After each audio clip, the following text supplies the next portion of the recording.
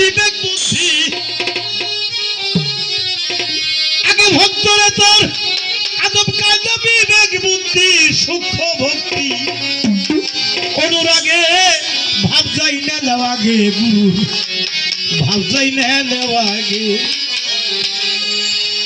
ভজলে মুর্শিদ পাবি খোদা নয়ন রূপ রাখবি সদা তাজিমিতে করবি সে যারে ভালো লাগে ভক্তরে যারে ভালো লাগে এবার বেচা মাথা কেউ বেচতো না মরণেরই আগে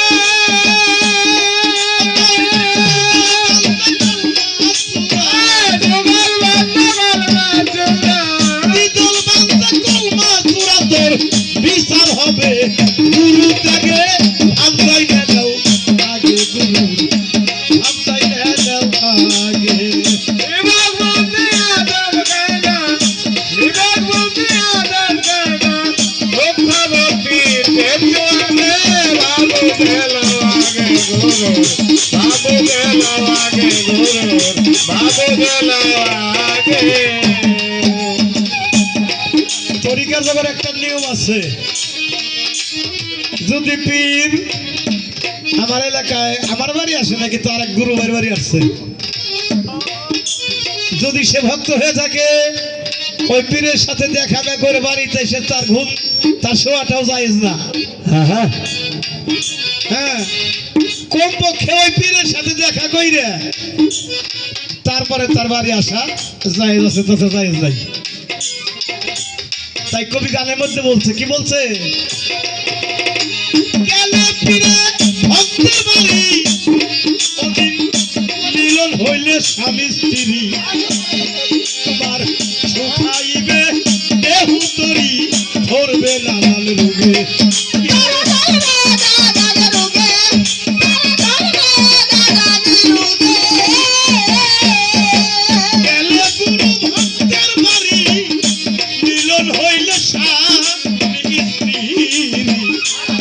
তোমার শুকাইবে দেহু তরি ধরবে নানান রোগে ধরে ধরবে নানান রোগে ধরে ধরবে নানান রোগে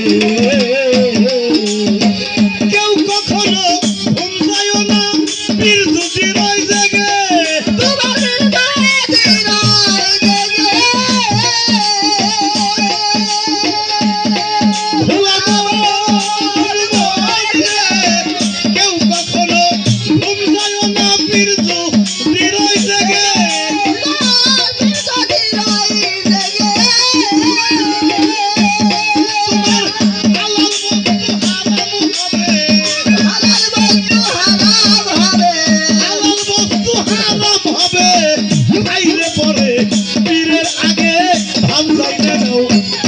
গুরুর ভাব যাই না নেওয়াগে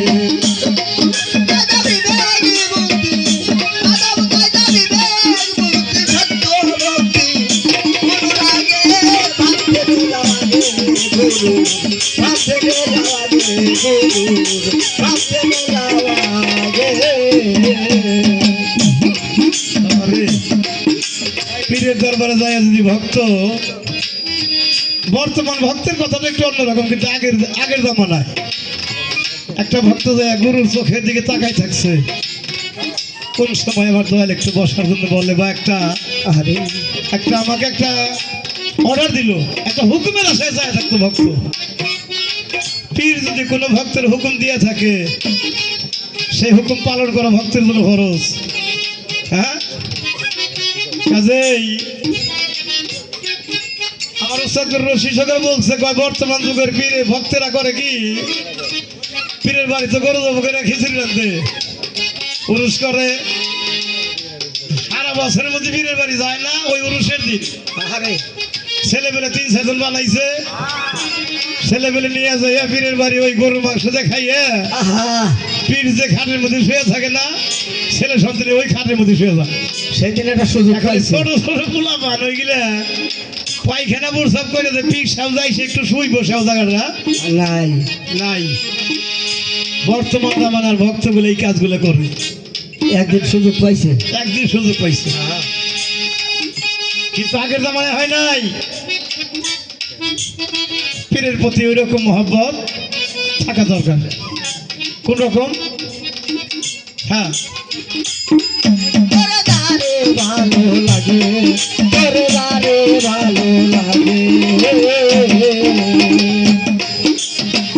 গেলে গেলে পীর ভক্তের বাড়ি, মিলন হইলে স্বামী স্ত্রী, সুখাই যাইবে দেহু তরি, ধরবে নানান রূপে, ধরবে নানান রূপে, তোরে ধরবে নানান রূপে।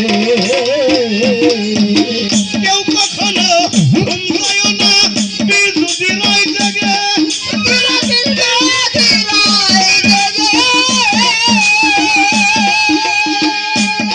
তোমার হালাল বস্তু হারাম হবে, হালাল বস্তু হারাম হবে, খাইলে পরে পীরের আগে ভাব যাই না নাও, আগে গুরুর ভাব যাই না নাও আগে।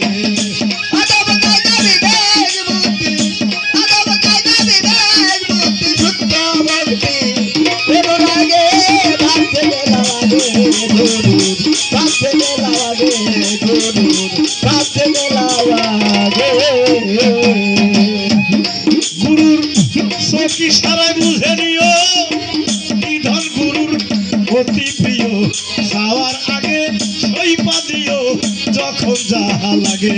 পীরের যখন যাহা লাগে, আরে যখন যাহা লাগে। গুরুর চোখি সারাই বুঝে নিও, নিধন গুরুর অতি প্রিয়, যাওয়ার আগে সইপা দিও যখন যাহা লাগে। পীরের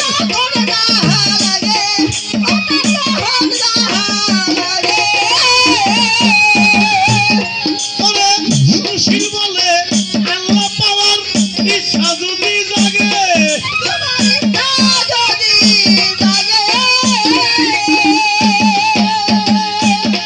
ভোলা মন রে, সুশীল বলে আল্লাহ পাওয়ার ইচ্ছা যদি জাগে,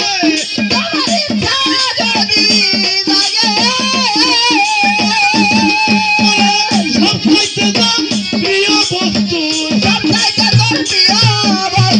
মুখে যাহা মিঠা লাগে সঙ্গে দিও, গুরুর ভোগে ভাব যাইলে নাও আগে, গুরুর ভাব যাইলে নাও আগে।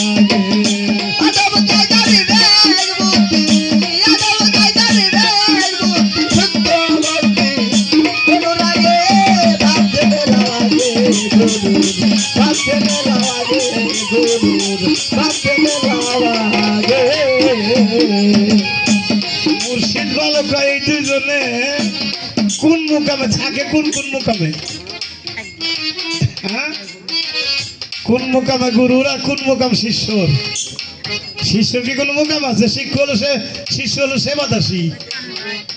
একজন শিষ্য যদি গুরুর সেবা করে, তাহলে গুরু যেখানে থাকে শিষ্য তো সেখানে থাকার কথা নাকি? আর যদি ওই গুরুর পাইরবি করতে করতে করতে করতে করতে করতে সেও একটা গুরু পর্যায়ে যখন আইসা যায়, তখন আর গুরু আর শিষ্য, হ্যাঁ, গুরু শিষ্যকে বাকি থাকে কোথাও? গুরু শিষ্য দূরে থাকার দরকার আছে। মা সন্তান দেব, তোমার একটা সন্তান আছে, তুমি যেখানে থাকো তোমার সন্তানও সেখানে থাকে, সেইখানেই রাখার চেষ্টা করো। আর একটা কথা কি লালন শাহ গানের মধ্যে বলছে কি, যে সবই তো নতুন সৃষ্টি, কি সবই তো পুরান সৃষ্টি, নতুন সৃষ্টি কি? নতুন সৃষ্টি হলো তোমার এই স্বভাব চরিত্র, তোমার এই খাসিলতটা। এই খাসিলতটাকে সুপথে খাটানোর জন্য একজন কামেল মুর্শিদের কাছে যাইয়া তোমার মনটাকে পরিবর্তন করে, এই বিবেকটা জ্ঞানের কাছে মরিদ করাইয়া, হ্যাঁ, সঠিক একটা রাস্তা, আল্লাহ প্রদত্ত একটা রাস্তা তোমার জন্য সম্ভব। তাই দেহের মধ্যেও একটা কিছু মরিদ হয়, কথাটাও সত্য। কিছু কিছু দরবারে দেখা যায় হাত ধরে মুরিদ করে, আবার কিছু কিছু দরবারে দেখা যায় একটা গামছা দিয়ে মুরিদ করে, গামছা ধরে। আবার আমরা কত কত দরবারে দেখি যে একজনের কাঁধে ধরছে, এভাবে ধরতে ধরতে দুই এক মাইল পার হয়ে গেছে। এখন হাইসরের মাঠে যাকে আবার স্বীকার করবো কি না করবো, তো আমি তো দেখি দেই। হ্যাঁ, গুরু যদি স্বীকার করে তাহলে ভক্তের জিন্দাবাদ, আর যদি স্বীকার না করে, হ্যাঁ, একটা কথা আছে যে ঘুম যদি ভাঙে তাহলে সকাল, আর যদি ঘুম না ভাঙে তাহলে পরকাল। আমি বললাম যে আমি আমার মফিজউদ্দিন চন্দ্রের ভক্ত, আমি হ্যাঁ আমি এটা বলতেছি, কিন্তু মফিজউদ্দিন চন্দ্র যদি স্বীকার না করে, যদি স্বীকার করে তাহলে ভালো। খালি আমার আমার করলে কাম হবে না। আমার উস্তাদ গুরু একটা কথা বলছে, কয় ভক্তের শুধু দয়াল বেড়ে এসে বাড়ি চায়, ঘর চায়, টাকা চায়, পয়সা চায়,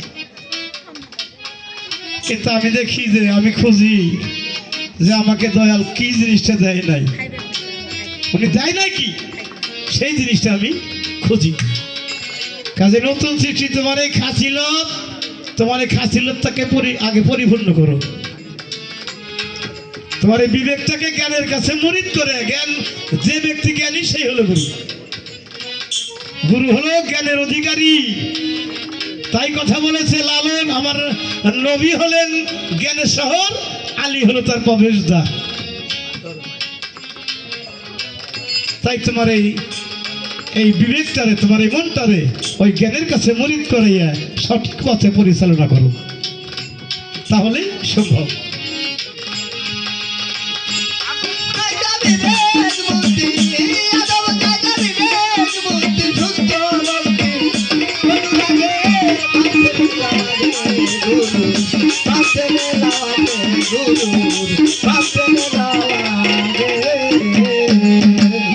আমাকে ওজন দিয়ে আমার গুরুর ওজন দিলে তাহলে হইতেছে না, কারণ গুরুর পালাটা আর আমার পালাটা এক না।